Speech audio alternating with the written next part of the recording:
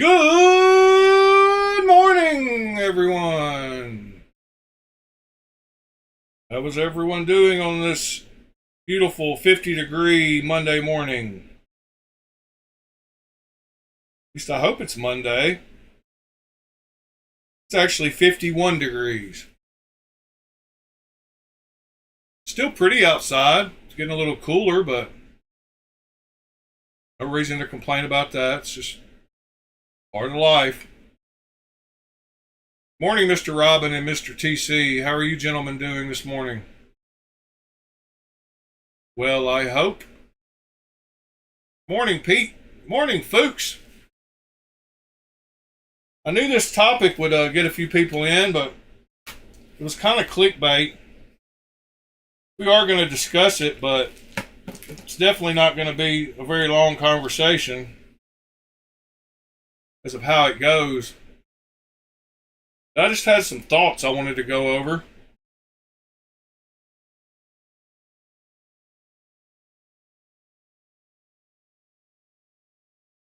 Fuchs, ran across a knife last week that made me think of you. It was very brightly colored. I can't remember what it was, but when it popped up, I was like, we should get one of those for Fuchs, or Fuchs should get one of those for himself. So, last night I carried the ultimate combo again, which is the Evo 1.1 and my Vespa Ultratech. When I say Vespa Ultratech, that kind of leads me to the topic of discussion, because it is probably not a Vespa Ultratech. Yeah, folks, I'll try to remember what it was,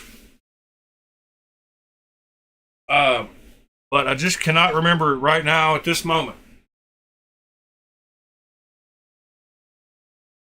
What is going on with my camera? I don't feel like something is right. It was frozen up earlier, but seems all right now. So this knife and this post and these two knives led to me making a short, which led to me getting some comments, which led to me thinking once again about why I don't take IP theft as seriously as possibly I should. And I say that very carefully, because I do take it seriously, but there's some things that I kind of overlook and don't get as angry about. And I think I'm just a pragmatist in the fact that once I see something starts happening and I know there's no end to it, it's not going to stop happening. And when I'm saying that, I mean the manufacturing of knives like this. This is going to continue to happen. So once things fall into a category where there's no debate about whether we could stop it or whether anything we do is going to slow it, and once it crosses that threshold, I kind of just become a person who takes it as just the way it is. That's just the way it is, the way it's going to be. And I kind of move on to the next thing that we could solve before it crosses that border into the territory of it's just going to be. So I think that's in my mind. That's kind of where I go. Because there's other instances where IP rights I would defend because they haven't crossed that line of being taken. And I also kind of think that there's certain IP things that are like uncopyable, really. I mean, someone comes up with something so innovative that it really is, totally groundbreaking, and other people can't really copy that. When it comes to certain other things, like cereals at the grocery store or anything like that, I brought that example up before. People don't complain about Kroger Frosted Flakes or Kroger Captain Crunch. But there's certain things that aren't really very innovative and can be copied easily, and those things usually are copied first. So I don't know. I think in my mind, I'm just, I kind of want to be like other people who are like, oh, screw that, but in reality, I just kind of know that that's just how it's going to be, and there's no amount of fighting we do is going to change that thing. And there's so many other parts of life that we can focus on to try to change that I don't really think about those things anymore. I kind of put them in a different category. So that's the same kind of thing about IP rights. This knife in particular, I imagine if you ask Gavin Hawk what he thinks about stolen IP rights, he would say the knife, the Ultratech Zero Blade Play, is theft of his intellectual property. So then if a company like Vespa makes it, how many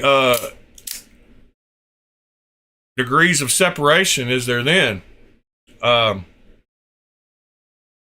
So it's but I'm not the type of person, I don't know. It's like, I know there's poorly built Chinese items. I'm not stupid. I know that there's very cheaply built and poorly built Chinese things. And if I was to buy, say, a car that I got sent over here in a shipping container, there should be obviously, and it cost me $4,000, there should be obvious signs of where they saved the money. Cheaper materials. This feels like pot metal. This feels like that. So I kind of see that when the Chinese make something that is super cheap and super poor quality, it's not hard to tell. And I'm not the type of person that just groups everything in with that. And if I haven't touched something, I'm not going to give my opinion on it. So somebody getting tore up about, oh, Vespas are trash, until you've held a Vespa, I don't just take it for granted that everything made in China is crap. I think a lot of people do. I know there's good craftsmen all over the world, and there's people that take pride in their work all over the world. So I don't just throw the baby out with the bathwater and just group everything the same. Oh, it's garbage because it came from there. So but like I said, there are plenty of people who have handled lots of cars who would import a $4,000 car, and they would be easily able to tell you and show you where they skimped on the manufacturing to save the money and why it's trash and why it's garbage. It shouldn't be hard to show. So if those same people who are familiar with things such as knives say a certain brand has great build quality and fit and finish, why wouldn't you take their word for it, being that they would be able to point out the cheap parts of it if it were?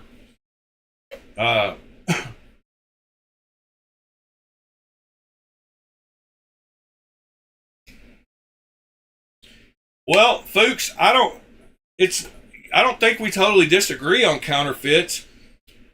It's just me. I guess that's what I'm trying to talk about today. Is I don't know that I totally disagree with counterfeits. I don't totally disagree with the fight against counterfeits. But I kind of think that it's a fight that is pretty much lost. I choose to pick my fights based on whether they're not just a reality and whether they're still able to go one way or the other. And so that's what I was trying to voice by saying that I think once something gets like that in my head, it becomes different. And I don't know why. I don't know if that's right. I don't know if that's wrong. I don't know if I should care more and should be more vocal about it, or if I should just continue to fight the battles that I think I might could win. And I guess all that goes back to, well, you're still supporting this. You can stop supporting things. And if there was a company that I was strongly, morally objected to some of their practices, I would probably boycott that company. In real life. So I guess maybe I should fight that same battle on things like that. That's where I kind of get, and I'm just trying to be honest, completely transparent and honest. Yeah, I guess there's a difference between throwing your support behind it and just kind of realizing it's a lost battle.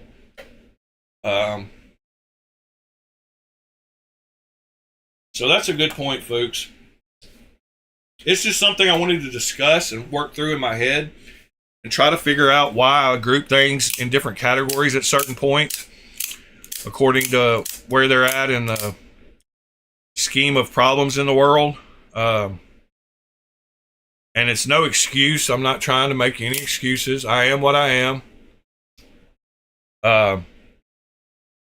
I do what I do, and I try to be a good person. So that's why if people think I'm just a terrible person because I don't support, because I guess I do support theft of IP rights for certain things. But like I said, I don't support it wholeheartedly, and I don't think it's right that somebody that spends a ton of time in developing something unique. But I think there's also things that people think they made something special when they just made something that's just like 1,000 other things, and it's not really groundbreaking and innovative. That I don't know.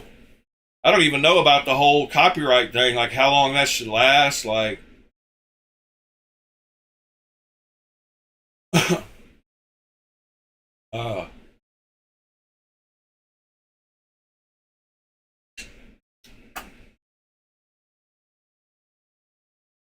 yeah, the part about getting able to try one before you spend all that money on a real one, that's always going to be a talk. But that doesn't get to the root of the moral issue. That's just kind of a secondary thing that happens once you decide you're going to do that. I don't know. I don't know. It's a topic that is very divisive. And I noticed very quickly that guy had to leave a comment real quick because of how against Chinese theft he was, and he has a right to feel that way.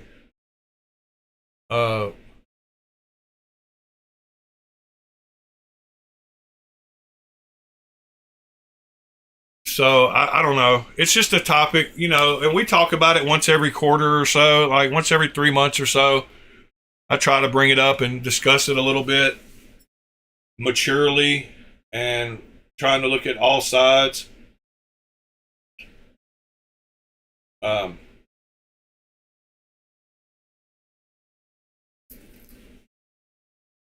Yeah, Robin, we would be, but if he ended up going on and selling 2,000 units of it and moved on to a couple of new designs and was pushing those, at what point, I don't know. Right now we would be, but would we be? That's why I said I don't know if it's kind of like term limits for senators. Like, how long does a copyright last on a folding piece of metal? I can see stuff that takes people like, laser stuff for surgery and, stuff that's really innovative. But those things don't get copied. It's the easier things to copy that get copied. So I don't know. I don't know. I guess I set him up. Yeah, Pete, like he might end up, like the real ones might end up being worth twice as much because people were buying fake ones.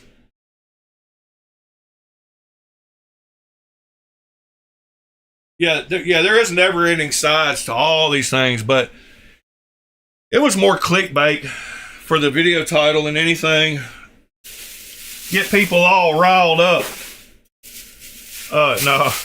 But actually what we're going to do today is we're going to look at some null knives until y'all give me something else to look at. And we're going to do some maintenance and pack them up because they are knives that I don't touch very often. So I thought we would spend a little time on maybe practicing our long-term storage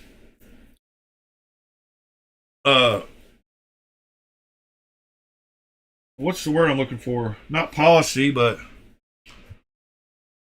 our long-term storage procedure.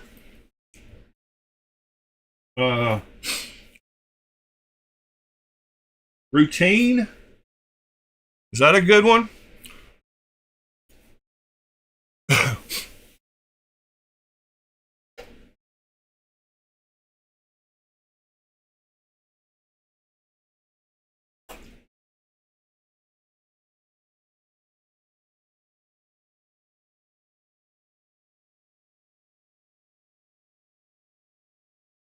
Yeah, but I was discussing the part about stuff being labeled with the actual, box, it come in the real boxes and all this stuff. And in life, there's people that are shady people and dishonest people, and they're always going to find something to try to get over on people. And then there's other people like me who would never try to buy one with a real box and pass it off as a real thing. So, like, the shady people are going to be shady people, and they're going to find something to try to screw people over with regardless. So, but there's other people who won't, and I just hope that the majority of the people are the ones that wouldn't. But, nowadays, you never know with how society is.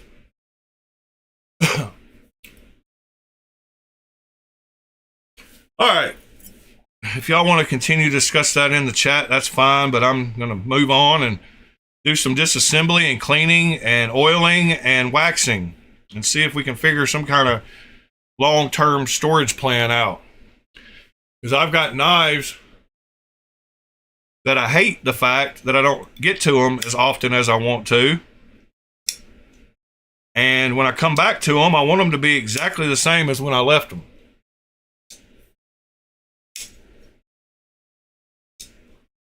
So let's start with this one. Might as well.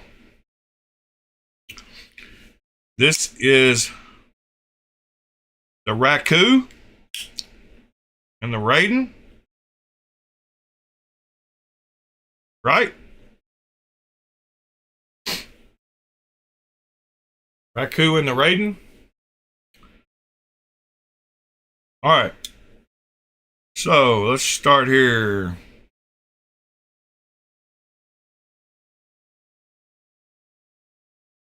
That pivot was pretty tight.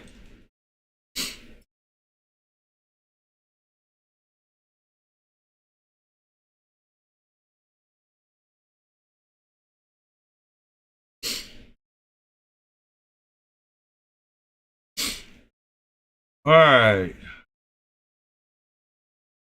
Bet I need to take off one more. And I probably should have disassembled from the other side, but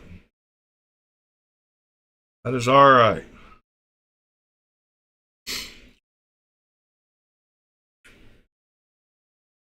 what we got here. Yep. Came apart. We lost the stop pin just about instantly. We didn't lose it, but. All right. I love the weight reduction milling on that. It's got a lot of it. Like when they take the time to put that many little pockets in it, they're really doing their thing. They didn't want to weaken the structural integrity right here from the lock bar bending that many times back and forth. But I love all the little pockets. Be careful with your stop pins. They will go flying if you're not careful. the tolerances on that blade felt really tight around that pivot collar. I mean, pivot barrel. So that's good. All right, these look pretty clean. I don't think I'm going to use much alcohol. If I see one that's really dirty, I might. But I'm going to use more like, and I like my bearings with the open part towards the blade, but a lot of people think the opposite. It's one of those things. Some people like it one way, some people like it another. In fact, what I'm going to do is, while I got this apart, I'm going to go ahead and clean the blade and wax the blade so that I don't have to get wax everywhere. So, wipe that down really good. Get it nice and clean. Then we will use our wax applicator.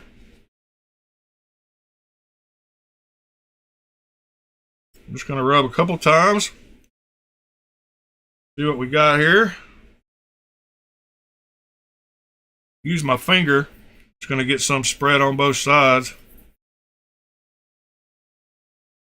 That was a good amount, like three little scratches.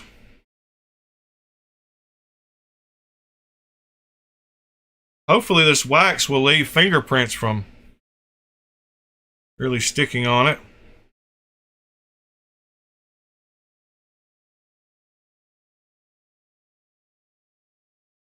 All right, and if I don't wipe off the wax constantly, well, I'm gonna have to, because I'm gonna be touching stuff.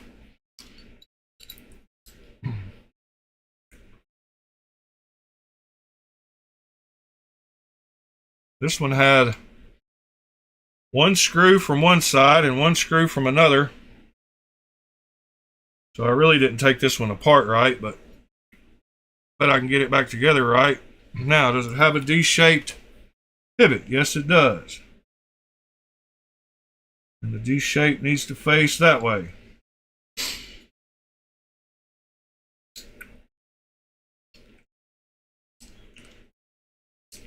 I think we're in there.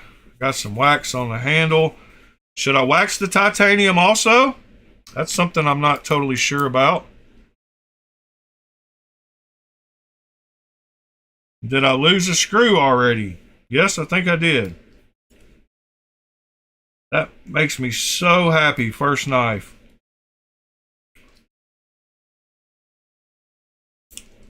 How in the heck? Stop pin is not lining up. Sometimes D-shaped pivots can be a pain in the butt.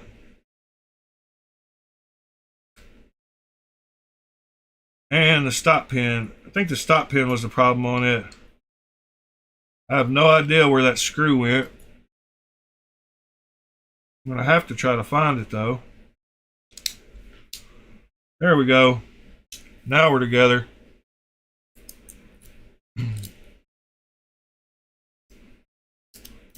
I'm really just waiting on y'all to bring up a knife to talk about.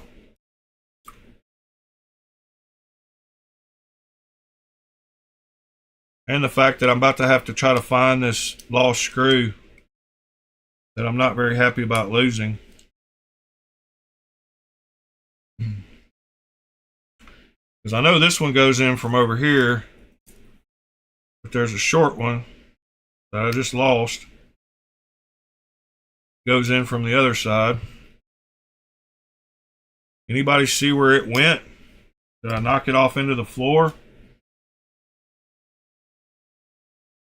It happened when I turned it upside down. Guess I should look at the chat, see if y'all saw it go somewhere. Did y'all see what happened to that screw? Huh.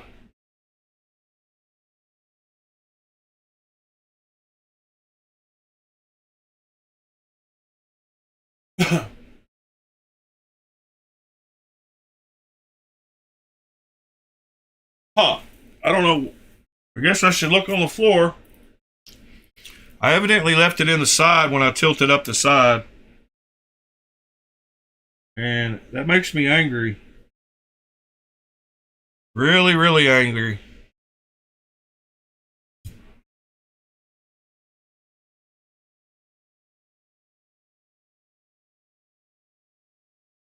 Don't see it anywhere.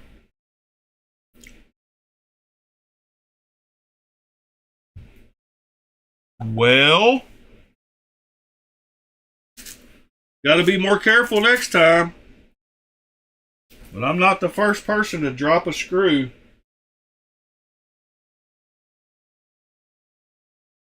There's a piece of threaded something that I dropped at one point. I want to go back and watch the video now and see where I dropped it. We're missing a screw now on the Raku, which will turn up. I do have faith. I'm pretty good at finding stuff. But it still makes me really angry. Ha ha! Found it. Found it. It's right here. And it definitely is the right screw. No harm, no foul, right?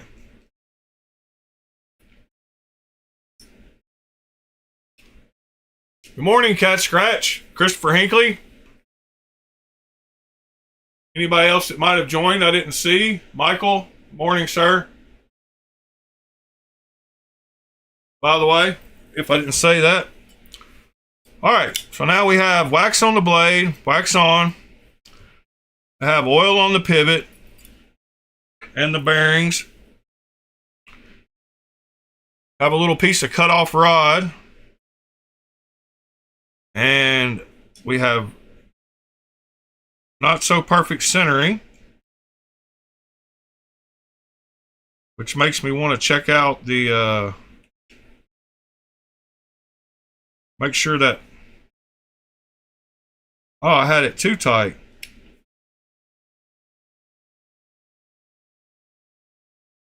All right, then now we got good centering, and we got butter action. And I got oil, I got oil and wax on my fingers. I'm going to put that one back in the case. What knives y'all want to... No, I didn't leave out a stop pin. What are we talking about? Stop pin's right there. This is a piece of threading that I cut off that I found in the floor. I needed a bolt that was shorter than this, evidently. That was an extra piece I found.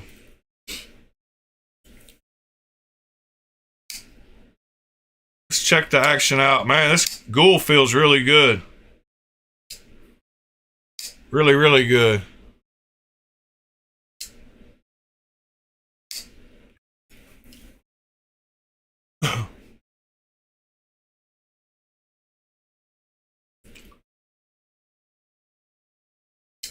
Yeah. Ghoul's got a big old butt. Oh, yeah? It does have a big rear end on this knife. Kind of big. Kind of chunky.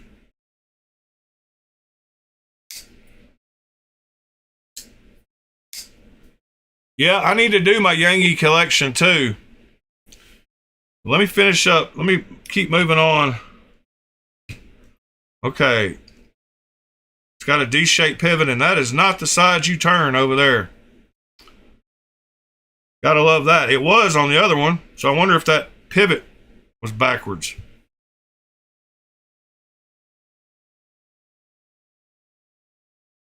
I'll bust out my Yangi collection here in just a minute, Christopher. Put these screws back over out of the way more.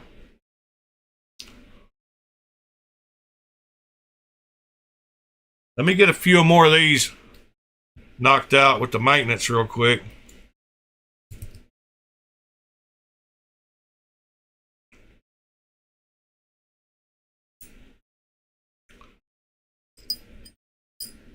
All right, stop pin is good. Oh, this one's got a cool little Easter egg.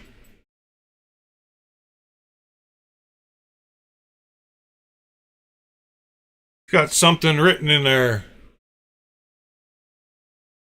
Goal number 259. Yes, sir, Pete. I found the screw. Goal number 259. Yeah, I think it happened, Pete, when I turned the scales over. I don't know. I could have had them out of frame. Thank you for looking. All right, back to my wax. Looks pretty clean inside this one too. 1, 2, 3. A little bit on that side, a little bit on that side. Use my finger to rub it in.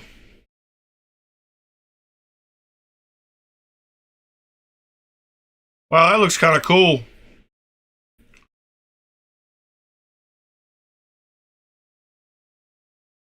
All right, blade is waxed.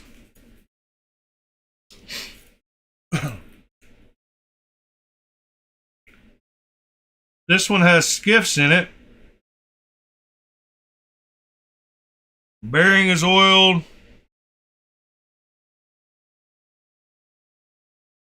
Blade is put back in. Pivot's oiled. Other skiff got enough oil now. We will take the back spacer and locating pin, maybe. Put the washer back on.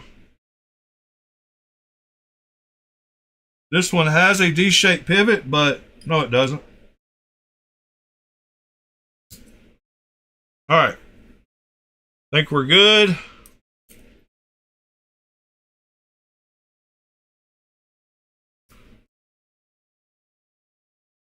Pivot back on.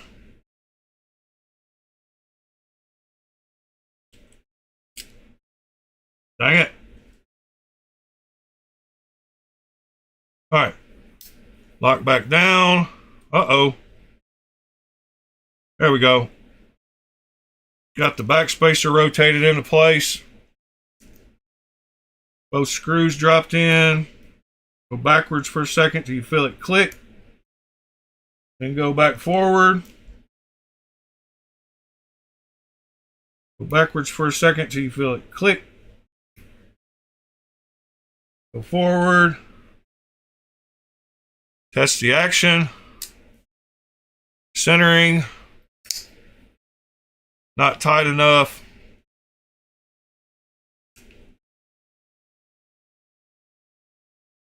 All right. Number 2 down.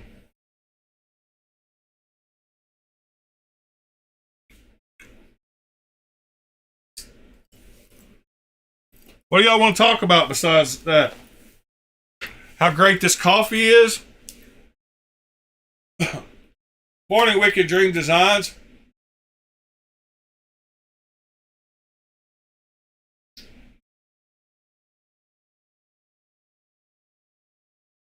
All right, what do we got next? The Voodoo. Voodoo's going to be fun because it's got lots of stuff going on.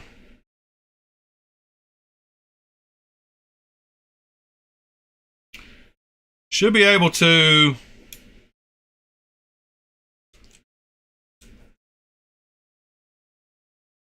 take this part of the handle off, lay it to the side.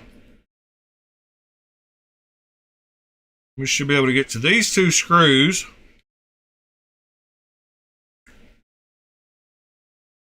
This always confused me why they use T8s for the part that holds that little piece of micarta on, but yet they use T6 for the body screws that hold the knife together. All right. Those two little ones need to go up there. And then we can take the pivot off from over here. And it should come apart with the clip on it, instead of having to take the clip off. Let's try that out. All right. Now we should be able to lift this side off. Maybe. Yes. We can, carefully. And we are looking at the inside of the Voodoo. Voodoo number 480.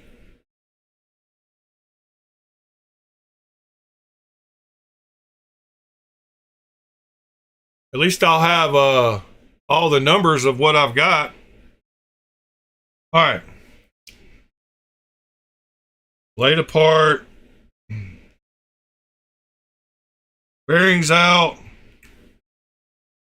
2 washers still in there. A little bit of Earl. Bearing back the way I like it. Blade. 1, 2, 3. A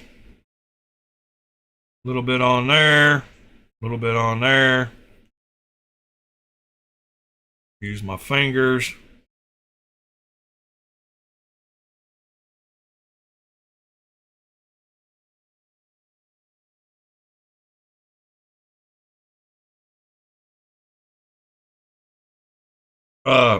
Yeah, y'all give me a knife to look up that you think is cool looking.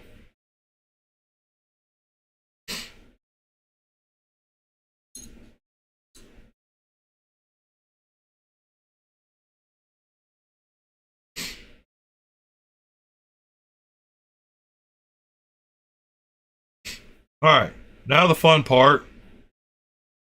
Getting this to not fall apart when I put it back together.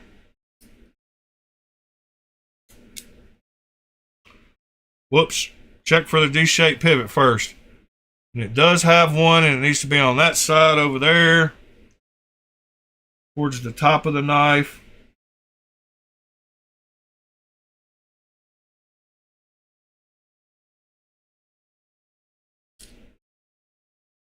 Right about there.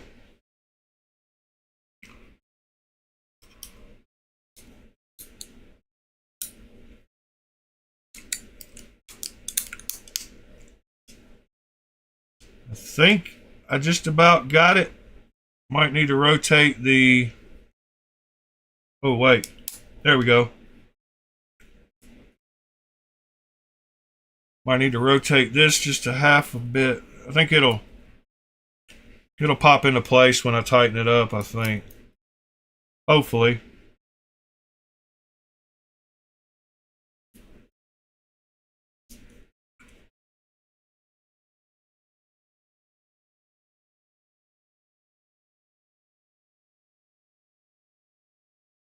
Yes, sir.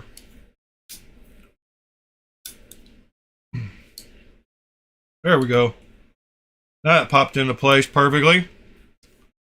That's all good. That's all good. My 2 little screws.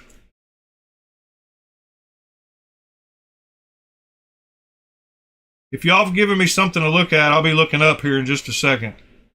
Go backwards till you feel it click. Go backwards till you feel it click. And save yourself, whoops, save yourself the problem of stripping screws. Go backwards till you feel it drop down into the hole.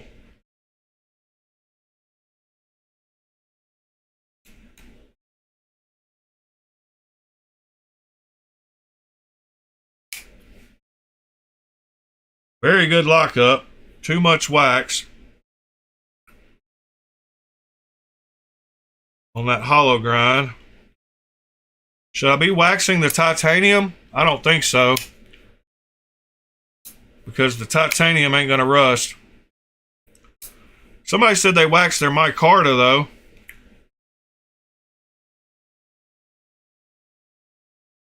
It does seem like micarta would benefit from it.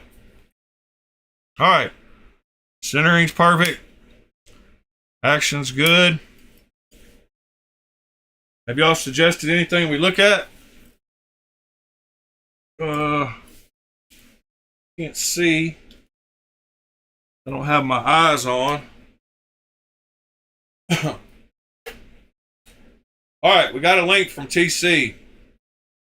Thank you, TC. Anybody else say anything before that?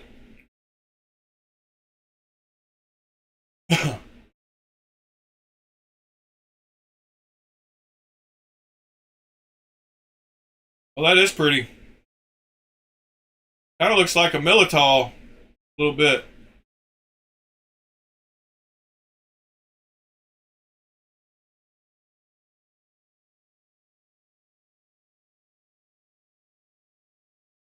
Yeah, that is super nice.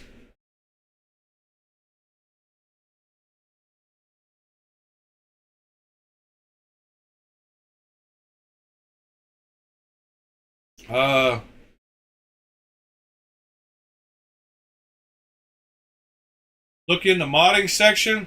Is that to me?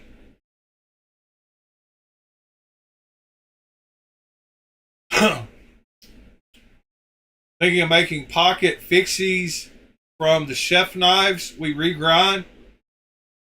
All right, let me check that out. Nice.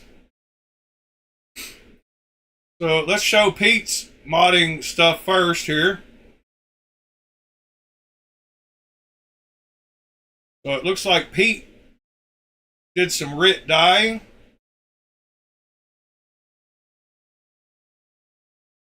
Yes, sir. Looking good, looking good. Nice job, Pete. And then here's all the throwaways. Wow. That'd be awesome. Send me a load of them. For sure. If I pay for shipping, will you box me up 30 pounds?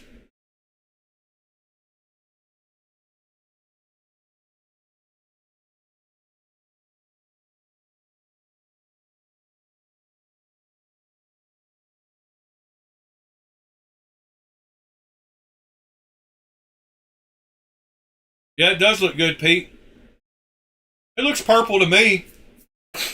Might not be coming across, but I think the broadcast is broadcasting it purple.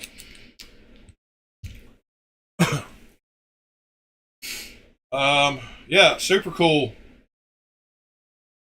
All right, Christopher, I'll talk to you about it. Hit me up in the Discord. You don't mind, sir. And if y'all don't mind smashing that like button, be awesome. All right. One of my favorites that I just reverse flicked off of the knife itself, which was kind of weird because there's nothing there to flick.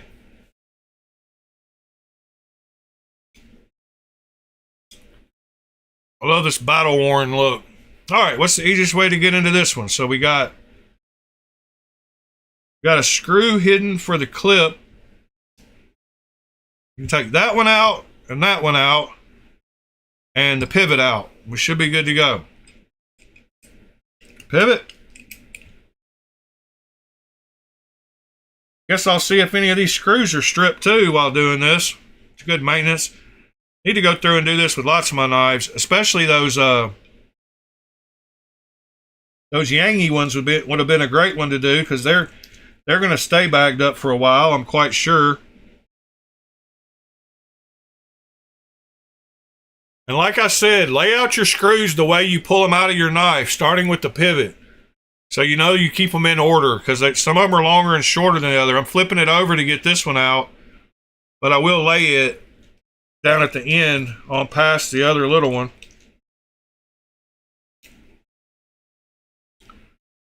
So that one I'll put down there. That way I know that they went in that order. And then this thing is ready to come apart. It's got smaller bearings. And it does not have the number thing, or did it?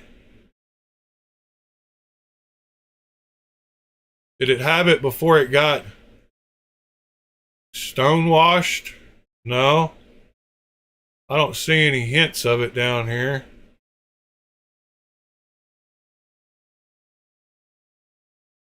Huh. Some of them have it and some don't, huh? Stop pin pulled out of this side and is in the other side. I need to be aware of that. Let me put it back in. I try to keep my stop pins with the right same side that the knives came apart. So like I flip them over. Sometimes even that matters with knives. It's crazy the tolerances and the things that can change your knife. All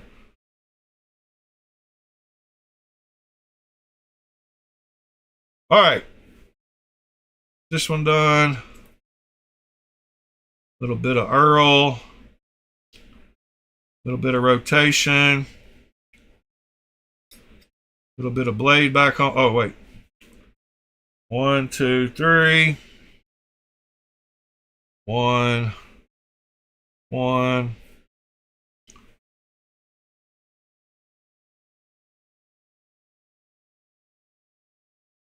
Well, I can't do things with my left hand nearly as accurately and safely as I can with my right hand.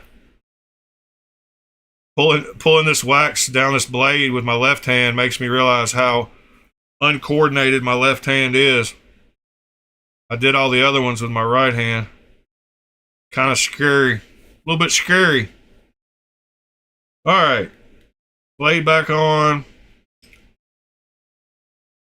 A little bit of Earl. Another bearing. D-shaped pivot. Yes. Needs to go towards back into the knife. About right there. All right. Everything back together. Everything good. Come on, pivot. Act right for me. There we go. Popped into place. I felt it. Get the pivot back in.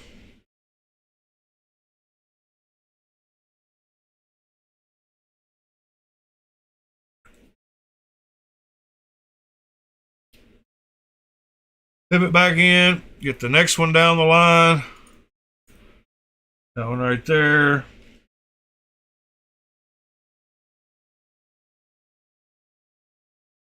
Flip it over. Get the long one in back here. Go backwards till you feel it drop in. Right there. Tighten it up. Alright. Flip's good. Centering is perfect. Lockup is solid. And action is as good as it was. This action wasn't totally dropped shut on this one. This one actually has, this lock bar is pretty tight.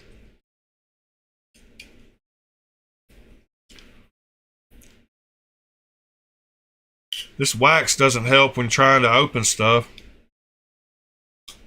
Alright, that's a little better. I had it really cranked down. I just kind of... Alright. Yeah, that one looks good. We got one more to go. And that is probably my favorite, which is the Grace. Good old Grace. It's just... Let's bring in the beauty of this thing. That hollow ground blade. It's a giant hollow grind. And like a smart knife, it's got a flat up here so that the blade is wide. Speaking of which, this would be a good time to talk about, since I just said that blade was wide, I have gained a huge appreciation for knife makers and have also learned a valuable lesson that I would like to pass on to all y'all. And that is, try to not make the file lines as deep as I did, because I have put in hours sanding this blade by hand, trying to get all these file marks out. And I've just about finished one side of it. I've just about finished this one, but I've still got some up at the very tip up here. There's one that you can see, and I don't care. Don't worry. I'm not worried about these lines going this way. So I know y'all see those, but you can also see that little file line. And then there's some back here along the back where I made some file lines. And then there's a couple down here by the plunge line. But I've almost got them all out. And once I get them all out with this 220, then I can start going up and smoothing out these lines. And then I can put in a good line. But this side has them worse. So it's got some file lines. Let's see. A lot up here at the tip. Let me see. There's some right in there, right down in here. I don't know if y'all can see those. Yeah, there's a couple you can see really good. So I've got to work to get these file lines out. And I've been doing a ton of hand sanding. But I wanted to show you that my point does come to a tip, and that it is a little wider up here. You can see that at the front. So I did that on purpose, kind of. It worked out that way, but it is thicker right up here. I am going to keep sanding. I'm going to have to keep sanding to get these file marks out, and that will thin it down some. But I am going to leave it a little thicker than the rest of it. But as far as everything else on the blade grind, it does look great. And I had a question. Since this is the first knife I've made, I might have gotten it a little too sharp just from the bevel grinding. And I'm wondering if that's going to, because it's almost sharp enough to cut paper right now. And I'm wondering if you're supposed to leave that edge a little thicker when you do the heat treat, or if it'll curl. I don't know about that. I wouldn't be surprised if that would cut a piece of paper just from me. And I haven't done anything but just use the file. No, it's not quite sharp enough.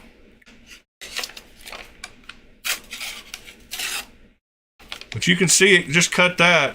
Hold on. Yeah, so I'm wondering if I got my edge too sharp just from the filing. There's parts of it that feel pretty sharp. I don't know. I don't know if that'll curl, if I should have left it a little thicker. I don't know, but we're going to learn together.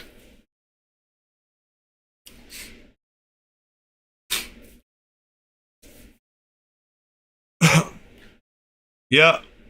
So if we do, but the good thing about this is I can move that edge back wherever I need to make the knife right.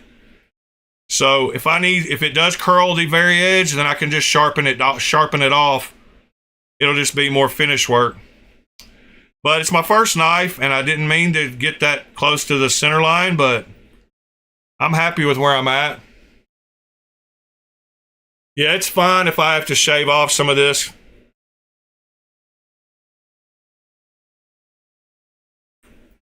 All right. Maybe I'll get lucky since it doesn't have to heat to a crazy high temp. But yeah, I'm getting closer to Thursday, building the forge, and I'm going to bead blast. I'm going to do something cool with the handle part to make the look where you see the blade grind good. All right, last knife. See what we got here. We got no screws on this side, so we need to come apart from this side. And this one does unscrew. This is a Zerk kit that the guy bought for this knife. This one's going to have a fun... Ooh, that one was Super loose. Wow. So is that one. Am I even turning them? Wow, those were way too loose. I never checked this knife because I figured since he installed the Zerk kit,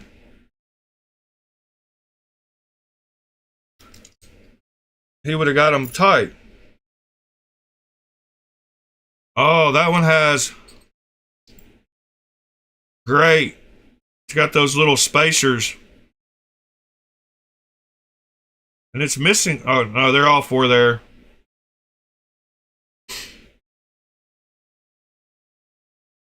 Stop pin pulled out.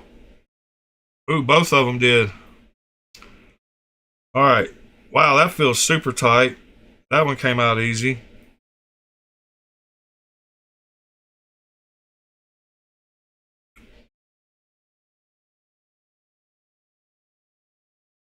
Oh, this one does have something hidden. Is that normally hidden? No, I guess not. I just didn't even notice it. And this one does have the number, so I'm wondering if that Grace number 160. Grace number 160. All right, y'all gonna have to give me a second. I gotta go let go with the yellow flow. Be right back.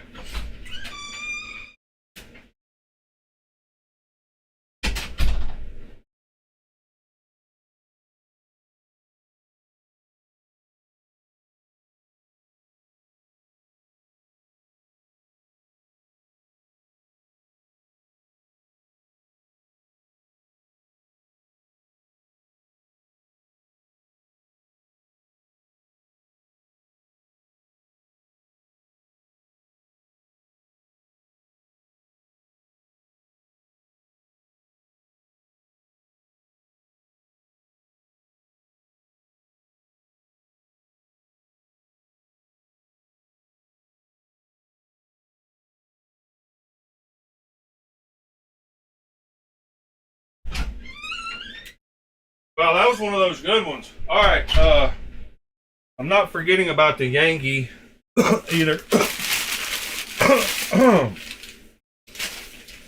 Not sure exactly where they are, but they can't be very far away. I think they might be right over here, actually. No. Benchmade. Yep. They were right here beside me the whole time. So I'll get to those in just a second.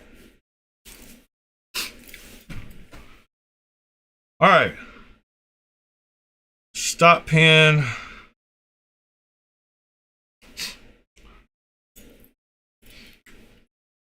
Little Earl. Ooh, this one needs to be cleaned. Yep.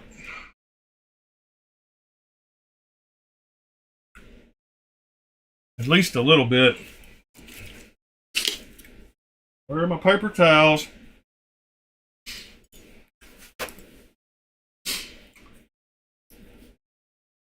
I'm glad I saved this one for last as far as the reassembly because of the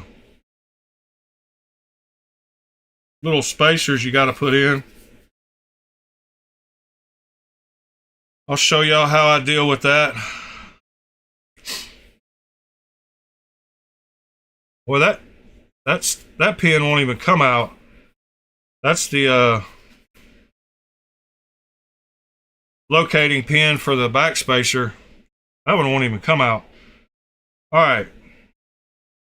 Pivot. D-shaped pivot needs to go towards the back of the knife, which is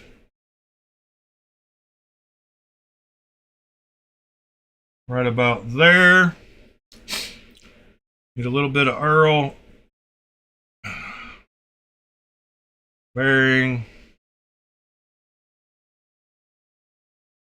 Blade.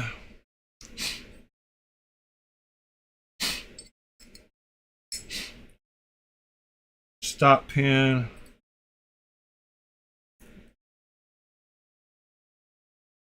Come on.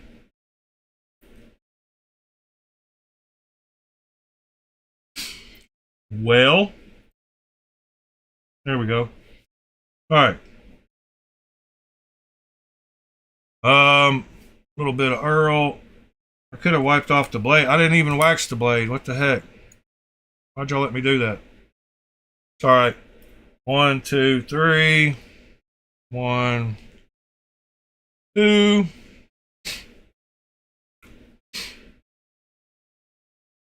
Wow. Lots of wax on that one. I don't think I've been getting all the wax off my little applicator, because it just came off on that one like a vengeance. I'm going to wipe that one down a little more carefully. If you notice with my right hand,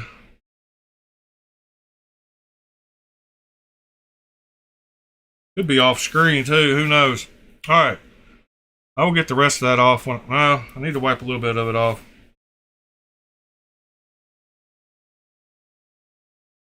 I'll wipe that down a little better once we get it back together.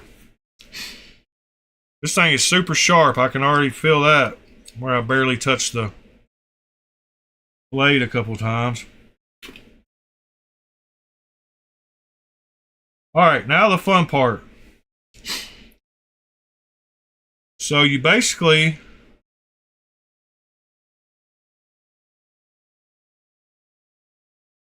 need to assemble this knife upside down, but you really can't. Wow. I kind of wish the pivot was reversed, but it's got the D-shaped lock over here, so you really can't. Because what I would like to do is stack things up in this. So the way you got to do this, oh my goodness, I just felt it hit my toe.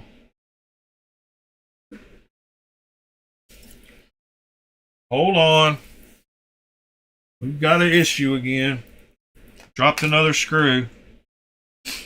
About lost my flashlight. Yep, I felt it hit my toe. Alright. With these little spacer washers you have to put on these, it's easier to assemble it like a sandwich. So you put a screw in, put both screws in, and I'm going to show you a trick you can do. So I got to put both these screws in. Hold on. And you can take a piece of clear tape. I just happen to have some right here. Since I can't install this one upside down, I'm going to put a piece of tape over these two screws to hold them into place, if they will stick long enough for me to get this knife back together. So you put tape on the back to hold the two screws in. Then you can start making your little sandwich. So you drop one of the washers on, then you drop the other washer on, then you put the back spacer on, then you drop the other washer on,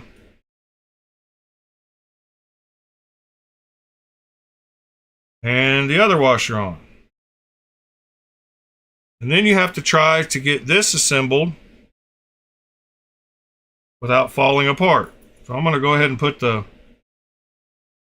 washer over here. I'm going to try to put hopefully the bearing will stay in place. And you can kind of do it sideways. Let me show you this. So you can hold this like this. You can hold this sideways. You got to worry about the D-shaped pivot. So you can kind of get the back connected, then get the front connected. And I think we just about got lucky.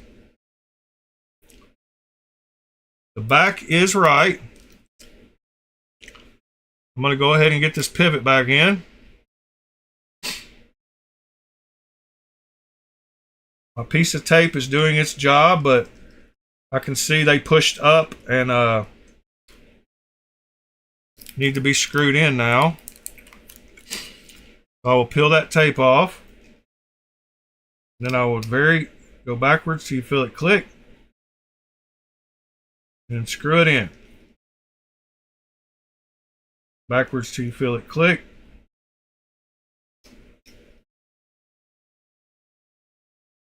And screw it in. All right. And then we got both of those lined up right and in the right place. We got the pivot lined up. Centering is perfect. Action is a little tight. Let's see.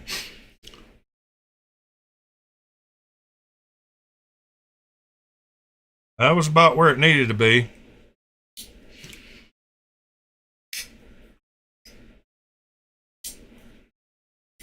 Maybe that action will loosen up after a few. All right. Got those knocked out. But if you ever have those ones with the piece of tape trick, helps a lot to hold the knife together, to hold the screws in place while you're messing with two of them. So maybe that will help somebody. Put this one up and we will look at those Yankees.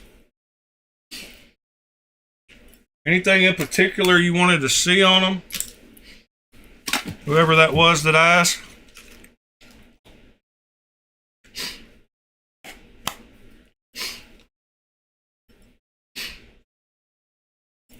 All right. Did you just want to see them all? Let me see what the consensus is. If I can find my eyes again. I hate being nearsighted. Can't see far away, but I gotta take them off when I'm looking at stuff up close. So I constantly take them off when I'm trying to work on internals. All right, these are the Rye Designs Yangi knives. 1, 2, 3, 4, 5, and 6 is over here.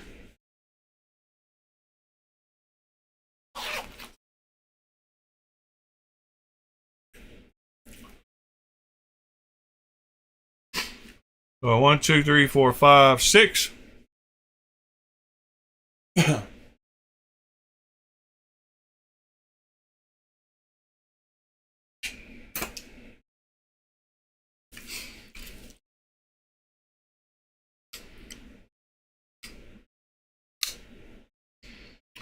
Detent.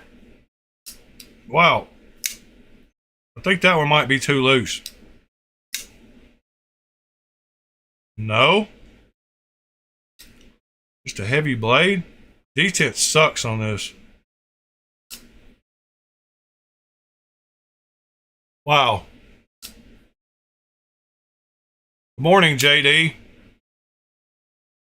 Yeah, the detent is terrible on this thing.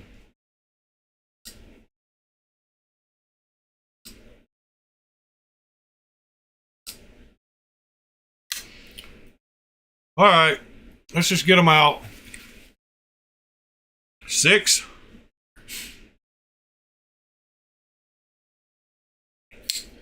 5.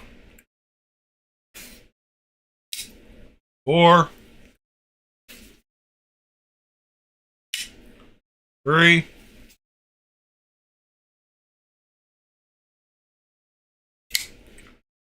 2. And 1.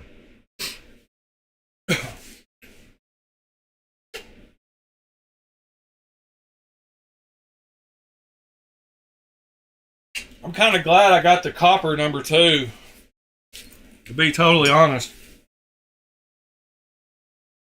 And I feel like I've done enough work that I deserve a cigarette. I don't know what that means, but I said it. Except that I don't see them. Oh, no, it's not them. What in the heck? I don't have any. That would be a much healthier thing. Ha! Found them. Did you have something in particular you wanted to talk about on one of these knives? Christopher, wasn't it? What might not have been Christopher. Robin. Robin disappeared. Who asked about the Yangi?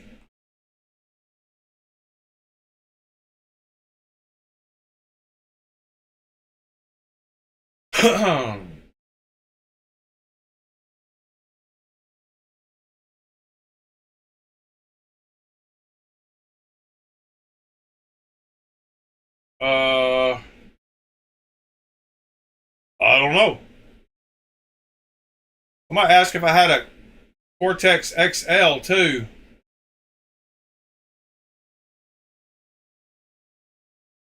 Oh, it was Christopher.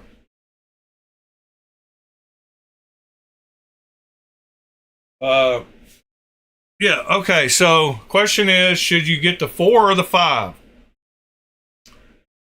I'm going to tell you should get the 4 because it's M390 blade still, and it's the only one that's M390. But the 3 and the 5 are quite similar. So if you have the 3, I would get the 4 because these are pretty close. And these are different. And if you like M390 like I do, then this is the only one of them that is M390. So my vote is for the 4. But if you don't care about having a different one and you like this knife and want another one like it, then I would say get the 5 because it has a blade hole instead of thumb studs. Yes, and 4 is a hollow grind.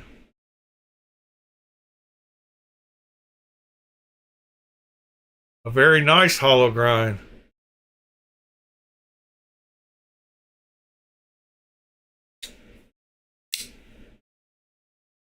So it is very thin up here. So even though it's flat, this continues on pretty much at the same level as the top of that blade. So it's very slicey.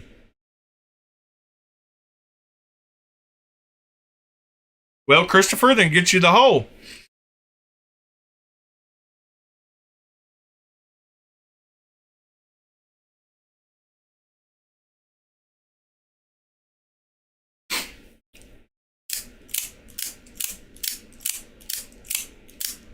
I've got to be pushing close to 2,000. And if an OTF can open 2,000 times without failing once, I'd say it's pretty good build quality. Although I've not had my Lightning OTFs fail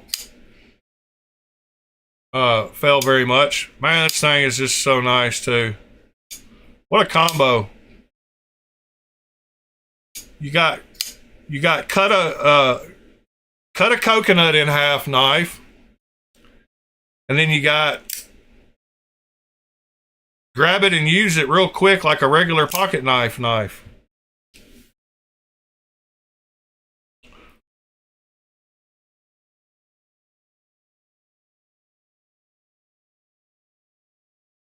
Thank you, Mr. JD. Morning, Cliff. Cat Scratch, yes sir. 1.1 DLC.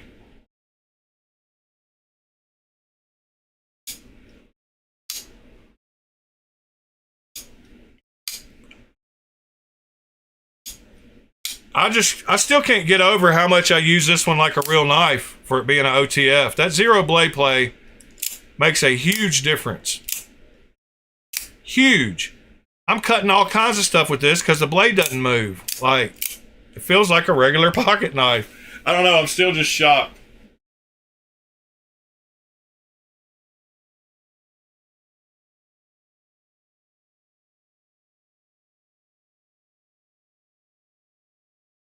Cat Scratch. Yeah, I thought I bought the plain Jane. So what had happened was I ordered 3 of them, 2 of the DLCs, and 1 what I thought was the plain Jane for me. And I was going to sell the 2 DLCs and make $100 on both of them, and then get my plain one for $200 less. Well, I guess a year ago, my tastes were different, and I ordered the blackwashed one for myself. So I ended up selling one of the DLCs and the blackwashed one instead, and kept one of the DLC ones. Yeah, that's the Pioneer. KB Pioneer. It is a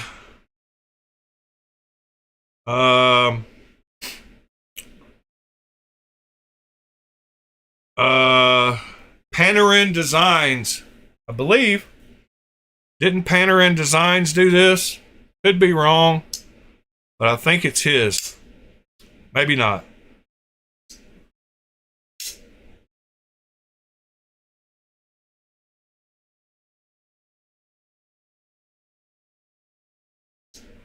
And it's got perfect action.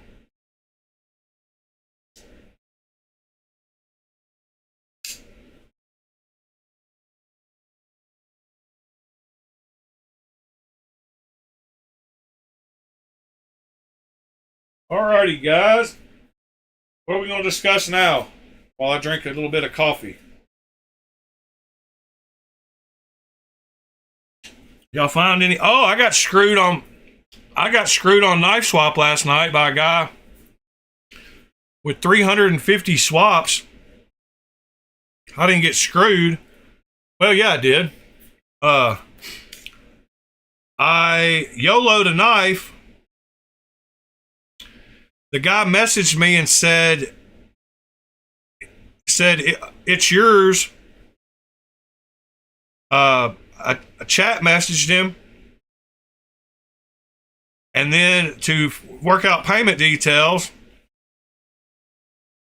And then I realized that he had deleted something he sent in the chat, and something, and the post that said it's yours. And he told me in the chat that he just sold it elsewhere and that I didn't get it.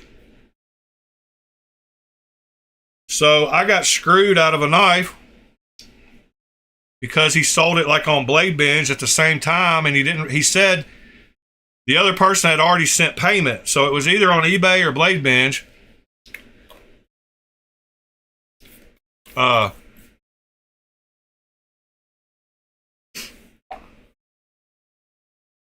But I didn't get the knife.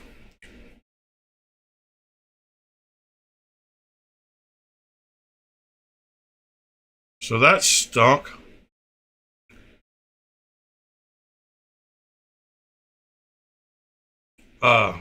Which one are you asking about now?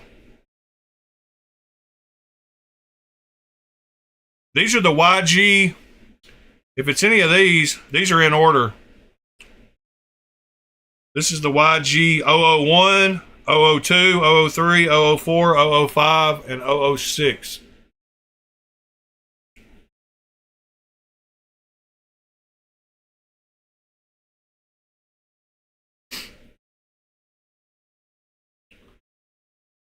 It was a Valhund. It was a Laconico for $100. I've been wanting one of those for a while. I know it's on the smaller side, but I love my Laconico knives.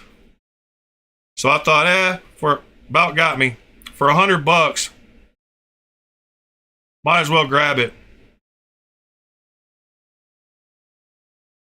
And yeah, $100 plus shipping, what he was charging.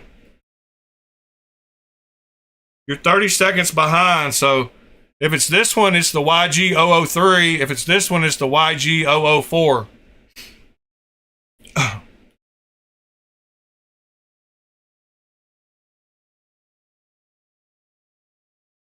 I didn't see the chat instantly either, so this would be the YG 002. They're in order. 1, 2, 3, 4, 5, 6.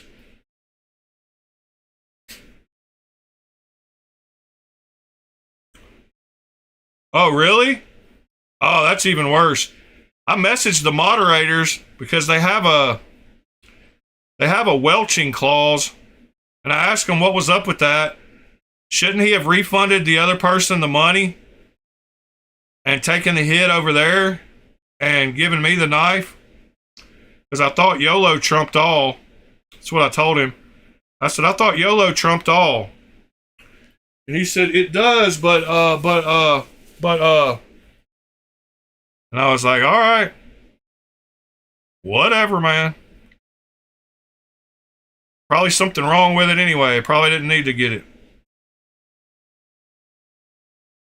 That's how I feel. If stuff doesn't work out, there's probably a reason.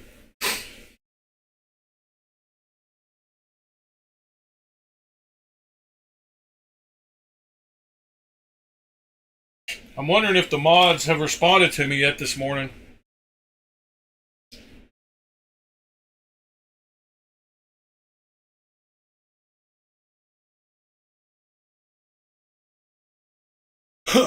Maybe they'll reach out to him and say, hey man,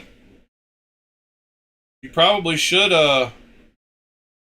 refund the money and sell it over here if you want to keep selling on Knife Swap.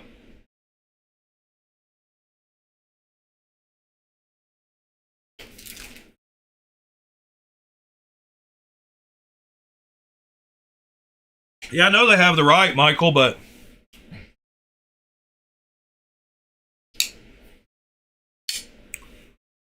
the moderators in Knife Swap have the right to not let him sell there anymore either, if they don't take priority. It's got some supreme action too, JD. It's got that nice thumb ramp with jimping too. Perfect choil. I mean, giant choil to choke up on. Super cool. And like I said, this one is a hollow grind, but this top part is very slicey, and this one is the same kind of basic thing except a flat grind with the same thin. It's even thinner up here, so it'd be very slicey.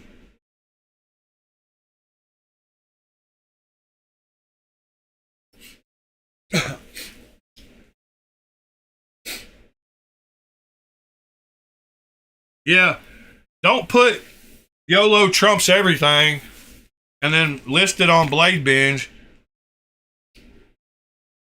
Just don't put that in there. Don't let me know that YOLO trumps everything and you can sell wherever you want to, I guess. I mean, he can do whatever he wants. It's his knife. And I'm not, like, completely mad about it because, like, I've had chances to buy that knife before. Yes. No, it has a fuller kind of thing. It's not crowned, it's flat, but it does have a milling, like, fuller thing.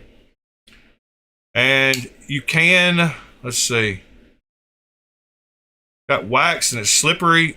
You cannot flick off of it, even without wax. It's too shallow.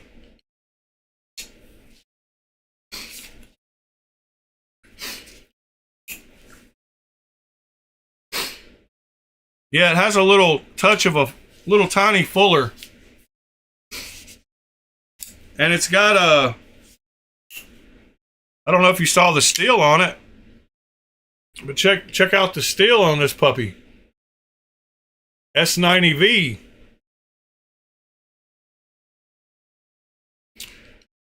Which is a super steel. There's quite a few super steels that get overlooked as being super steels nowadays because everything new has come out. But S90V is one of those. A few years back, it was the bomb.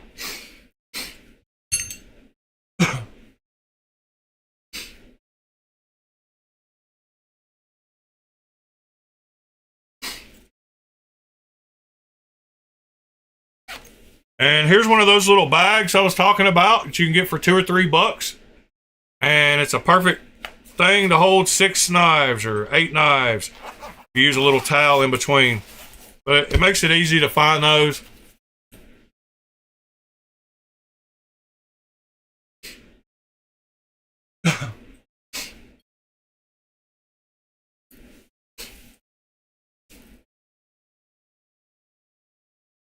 Yeah, Cliff, it's if you haven't bought on Reddit knife swap before, it's a term.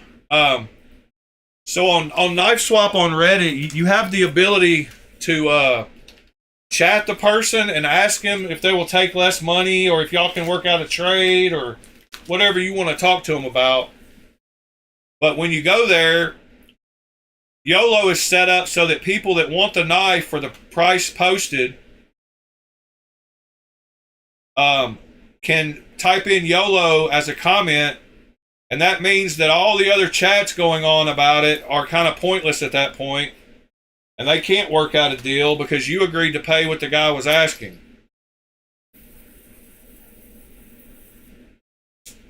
So it kind of means I gotta have that knife, and I'm willing to pay what the price he's posted. Most every time with me, I try to chat the person first. Here's the knife in question that I was talking about. It's one I should have gotten long ago, but it's kind of smaller, sorry. And I thought picking it up for $100 would have been fine.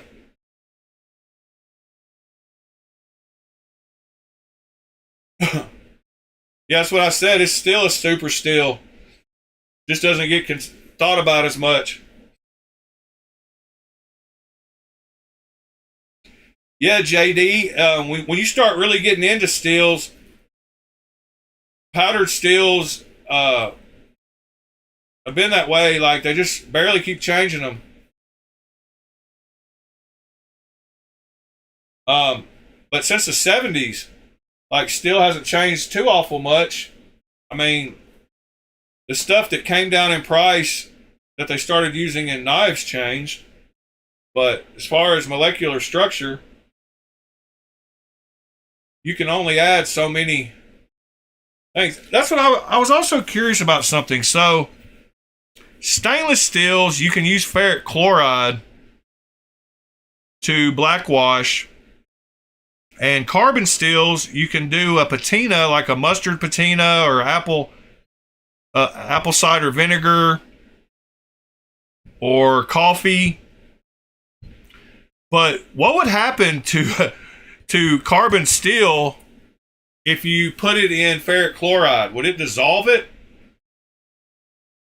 But what would happen if I put this in ferric chloride? Nothing? I know it affects stainless steel, but what I would think it would affect carbon steel, but maybe not. I mean, I know you're not supposed to do that. But I was trying to figure out a good way to get this to show differently up here, and I'm thinking I might do a mustard patina or a coffee patina on the whole part of this metal back here, or I could bead blast all this metal to change the color a little bit and then polish the blade out.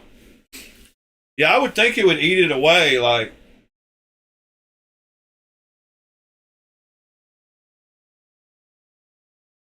oh yes sir, I will show you one I have black anodized.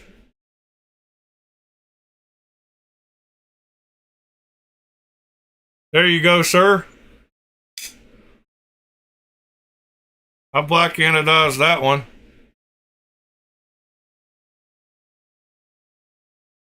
This is a 50 volt. It's kind of a pretty black.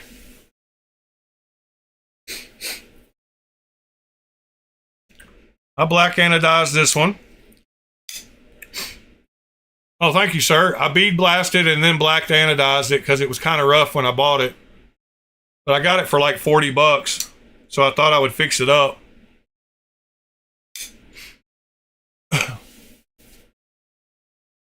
Also black anodized one that I sent to Pete when he won the episode 200 giveaway.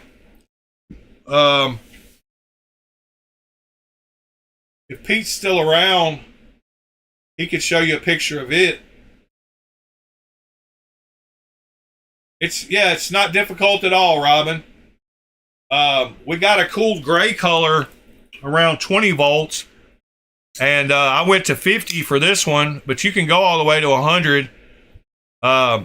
It's not as, let's see, what's the word? It's not as controlled as sodium bicarbonate or TSP, and it makes some little black specks.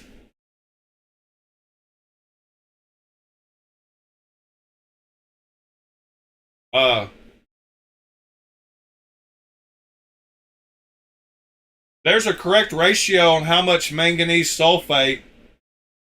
I think it's around 5 to 6 grams per liter of water. You will be safe with that.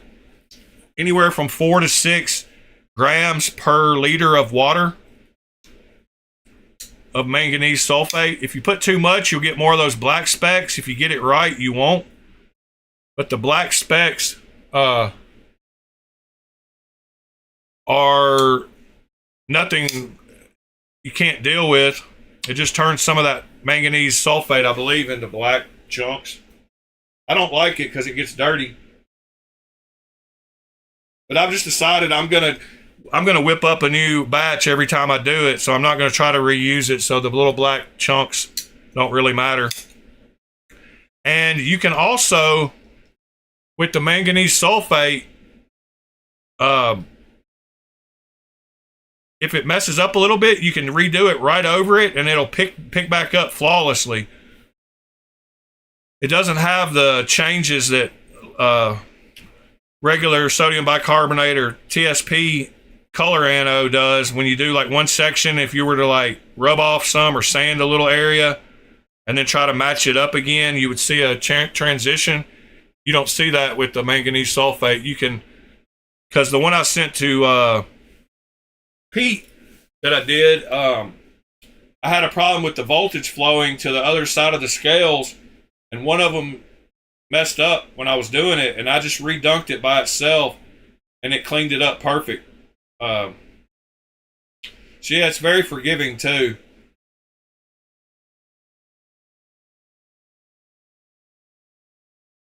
I was trying, there's a video on one of the Thursdays where we did it, the black anno. It should have a thumbnail that kind of looks like black anno. I try to do that on my thumbnails.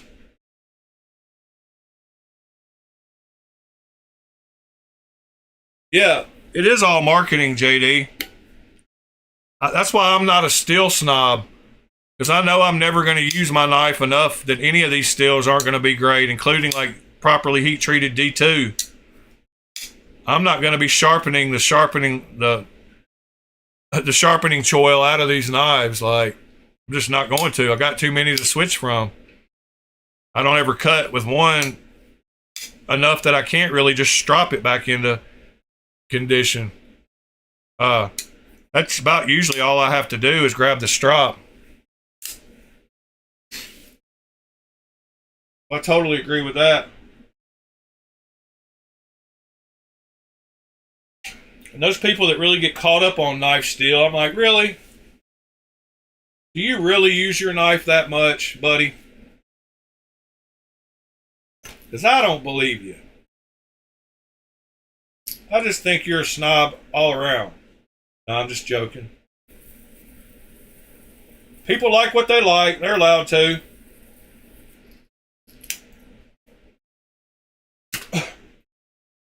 I doubt any of them that are really against a certain steel have had it and sharpened it enough that it didn't, or used it enough and the edge didn't last or something. They're just saying it because they heard it. My opinion.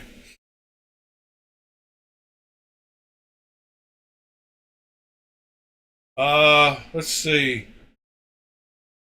We crossed the hour-and-a-half mark today.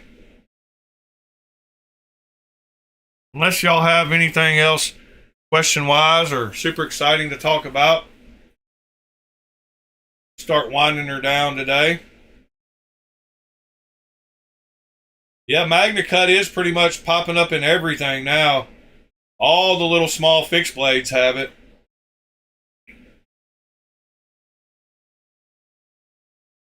And I don't know, personally, I don't know whether it's overhyped or if it's just as good as everything else. It's just what they're trying to sell at the moment.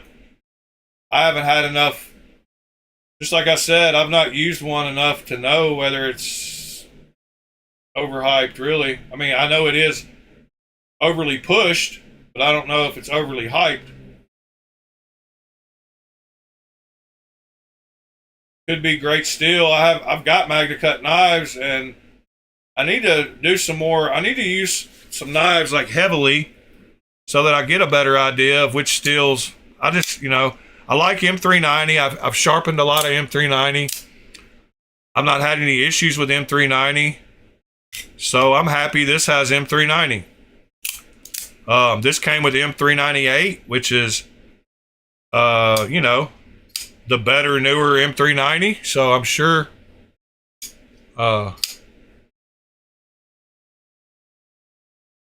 sure it'll be fine too.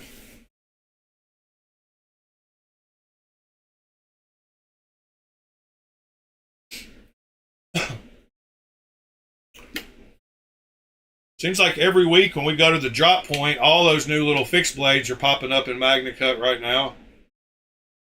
It doesn't surprise me other companies are using it. I think M390 is a good middle of the road steel. It's in that good sweet spot for price. Got good qualities all around.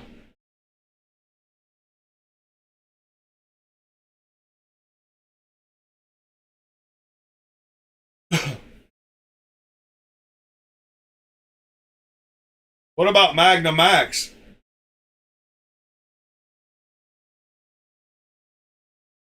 What about Maximet? My Para 3 over here is a Maximet, and I've heard good things about it. Do I personally know? No. Will I vouch for it and say that I like it? Yes, yes. Can I find it? No. No. Does that upset me? Yes. Yes. Did it probably fall in the floor? Yes. Yes.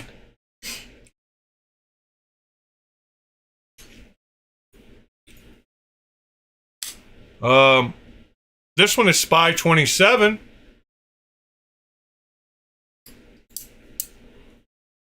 I didn't want to get my Spydercos with just standard steel, the S30V. So this one has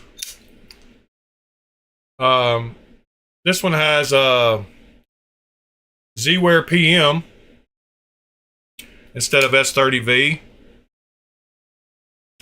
My PM2 has Spy 27, and my Para 3 has Maximet, and my Smock is the only one with the S30V, I think.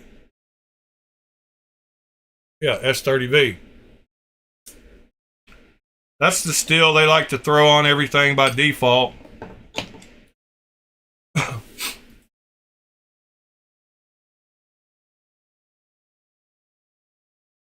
Yeah, you can get pretty much any knife and any steel you want.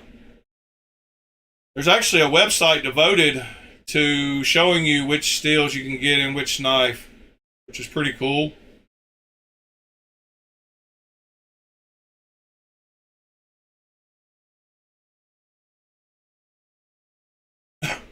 Dang, dude got lit up. I didn't see the other comments in that post. I put, you replied to my YOLO with, you got it, then told me you sold it elsewhere. Not cool. Somebody chimed in and said, damn. And the guy said, I'm sorry, man. This was cross-posted to another platform. It sold and payment was sent. I didn't see that notification until after I messaged you. Nothing personal, just poor timing on my part. And then one of the moderators, one of the moderators said, you didn't know that you had someone else call dibs and that you send them your payment info before you told this person it was theirs? Please explain how that worked exactly. I guess he didn't understand that he probably sold it on Blade Binge and the guy just went ahead and paid for it without him sending them their payment info. But it looks like the mods chimed in at least.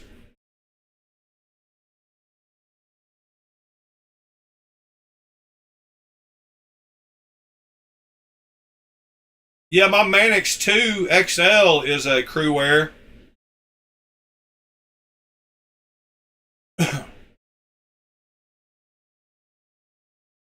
I forgot about my Manix 2 being crew wear. I like crew wear too. I like crew Carta.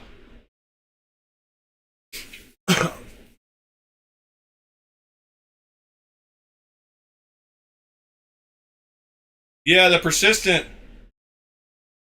messaging is pretty cool now, so they can't tell you one thing and then delete it and say they didn't say it.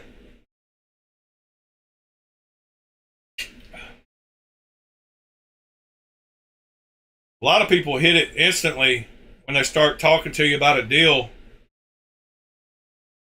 It covers everybody's butt, so I like it. Pete, could you possibly post a picture of that black knife to the Discord that you won in the giveaway if you still have it?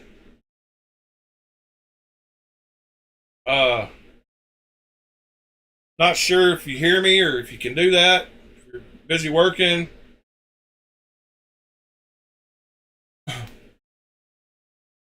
Yeah, I don't ever turn it on, Robin. I figure if somebody's going to screw me, they're going to screw me, or try to. I'm not ever the first one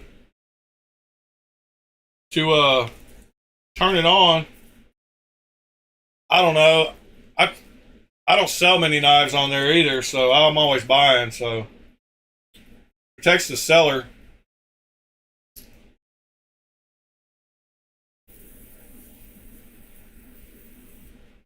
More so, I guess.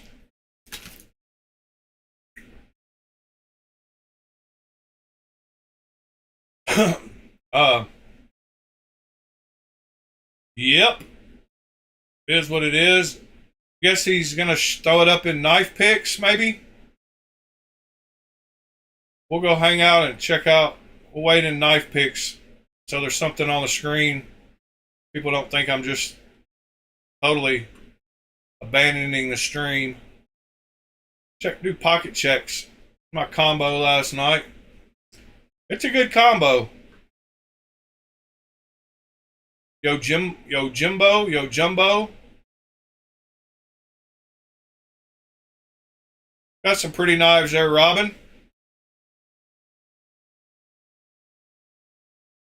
There's the Pictus. Sorry. I don't know. So, that was a good combo too. Knife picks and vids. Modding. Where are you putting it? Yeah, I want to hit you up, Christopher, about paying for a label. Ship me something. See what we can turn them into. Little neck knives or something. Some little put new handles on them. Who knows?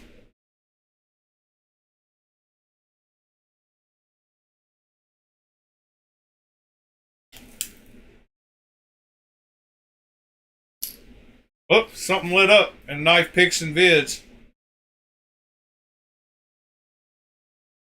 Not that one, Pete. Wrong knife, Pete. Talking about the black one the one you won. The little black titanium one. Somebody asked me to see some black. It's all good, Pete.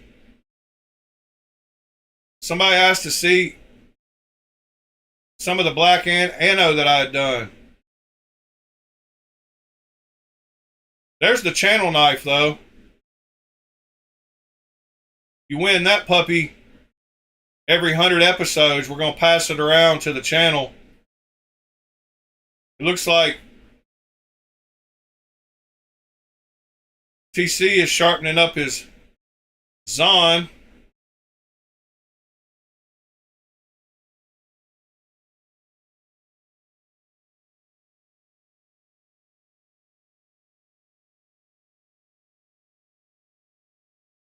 Yeah, you gotta do some kind of mod to the knife, and then you gotta pass it on.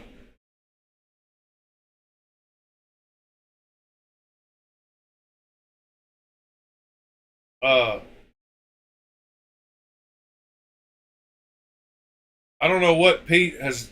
If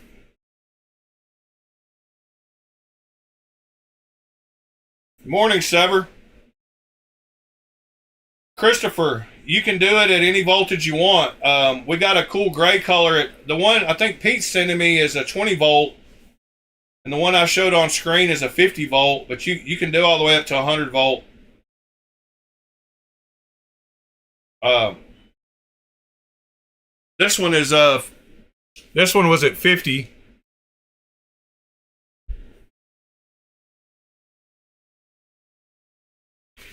Morning, Sever. Better late than never.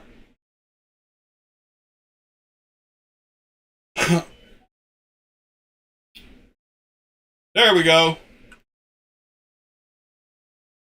So I did the black wash on the blade and the titanium handles. It's got some scratches on it. It's got some snails on it now. Pete. But there's the color. Yeah, I don't know how durable the black is, but it looks like it's got some marks. That could be where I redid it twice.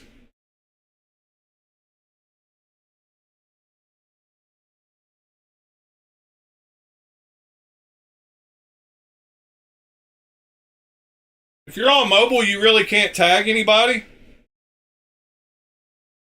Huh. I did not think about that.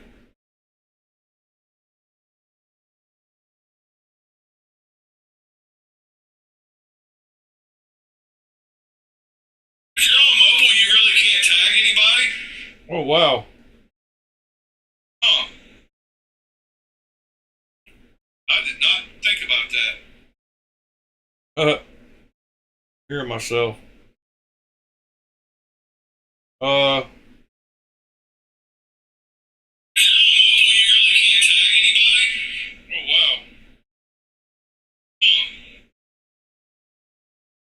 If you tap on.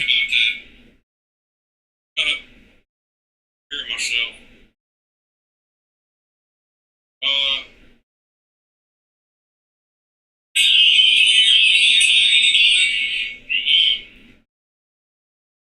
So what happens when you type their name? If you tap on.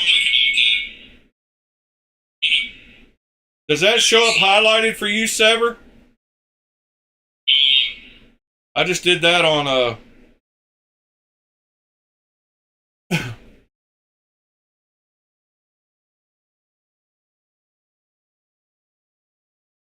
So what does that look? Does that? I know it looks like at Sever7 to everybody else, but Sever7, did that show up?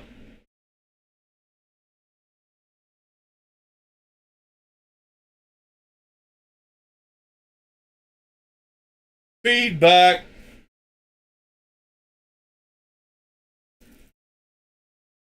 Okay, thanks, Sever7. I was just curious if you typed the whole thing in, if it actually worked.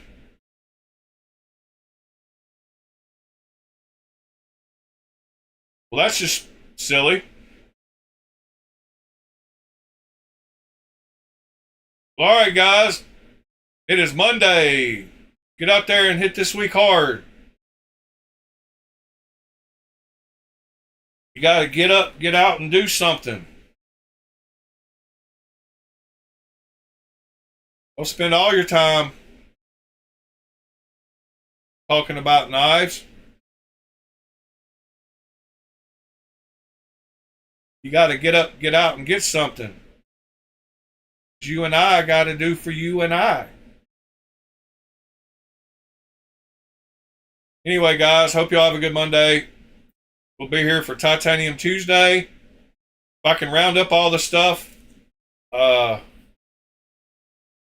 get the forge built on Thursday, we will do that.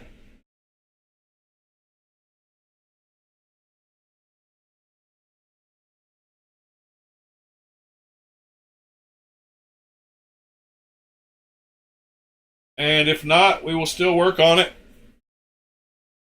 But I hope to get that done. Hope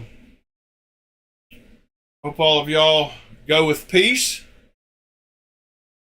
and have a happy day. And we'll see y'all tomorrow.